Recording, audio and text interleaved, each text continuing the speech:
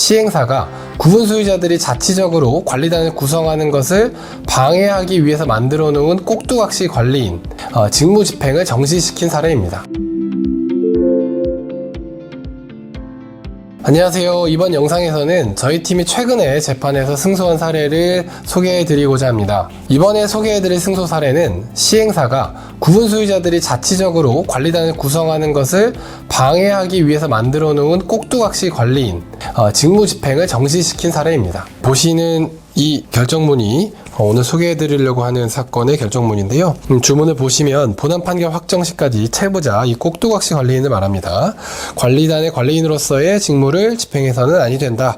주문에 나와 있고요. 소송 비용은 전부 채무자 즉 상대방 쪽이 부담한다 라고 나왔습니다. 그럼 이 사건 가처분 결정문을 보면서 구체적 사실관계를 함께 보도록 하겠습니다. 채권자들은 저희가 대리한 구분 소유자들인데요. 이 구분 소유자들은 지식산업센터에 입주할 당시에 분양자 측 직원으로부터 위임장 작성을 요청받았습니다. 구분 소유자들은 위임장의 위임인란에 인적사항을 기재하고 수임자란, 즉 대리인란은 공란으로 남겨준 채 분양자 측 직원에 교부했습니다. 라항 밑줄 그은 부분을 보시면 채무자, 즉 꼭두각시 관리인은 이 사건 지식산업센터에 관리인 후보자 등록을 했고요. 그리고 최초로 개최된 관리단 집회에서 전체 구분 소유자 중 61.34%의 찬성 의결로 채무자 즉 시행사가 선정한 관리인이 관리인으로 선임되는 의결이 통과되었습니다. 그런데 구분 소유자들 72명은 새롭게 위임장을 작성을 해서 대리인을 통해서 의결권을 행사했는데요. 그 대리인은 아까 그 관리단 집회에 참석해서 기존의 위임 의사를 철회하고 신규 위임장에 따른 의결권 행사를 하겠다라고 주장을 했는데 이게 수용되지 않았습니다. 이 사건의 쟁점은 두 가지입니다. 첫 번째는 채무자를 관리인으로 선임하는 결의가 의결 종족수를 충족했는지, 그리고 두 번째는 채무자를 관리인으로 선임하는 결의에 사용된 그 위임장이 적법 유효한지입니다. 저희 이원자 변호사팀의 대응은 이랬습니다. 첫 번째, 이 사건 관리단 집회에서 총 76명의 구분 소유자들은 대리인에게 위임장을 작성 교부해서 대리인을 통한 의결권 행사를 했는데요. 주최 측은 그런데 이 76명의 의결권, 대리인을 통한 의결권 행사를 반영하지 않았습니다.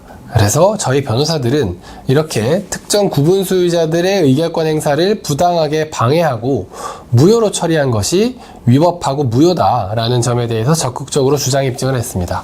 그리고 이 사건 관리단 집회에서 채무자는 즉 그 꼭두각시 관리인은 입주 과정에서 분양자가 받은 즉 시행사가 받은 위임장을 사용해서 과반수 찬성표를 받게 되었는데요.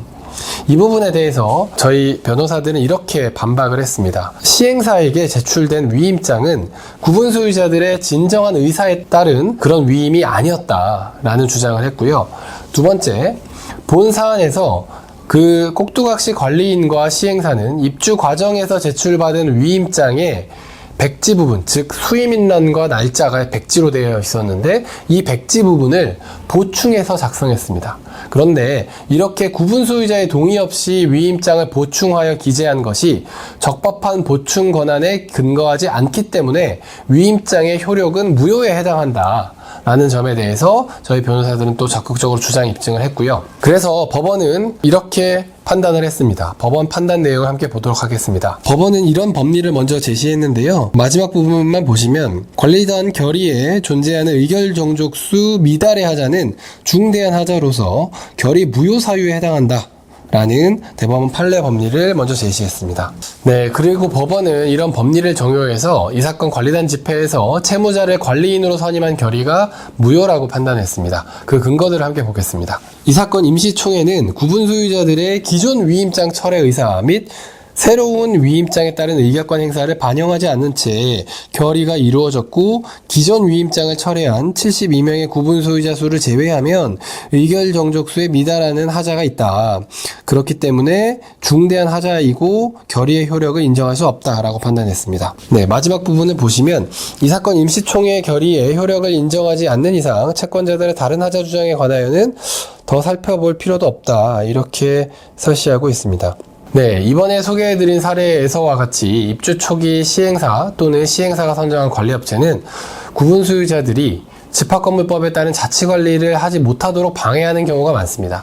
이번 사례는 그런 방해의 방법으로서 가장 극단적인 형태를 띄었는데요. 시행사와 관리업체는 입주 서류에 위임장과 동의서를 끼워 넣는 방식으로 구분 소유자들의 의사와 무관하게 대량의 위임장들을 만들었고, 이를 사용해서 관리업체의 직원 중 한 명을 관리인으로, 꼭두각시 관리인으로 만들어 두었던 것입니다.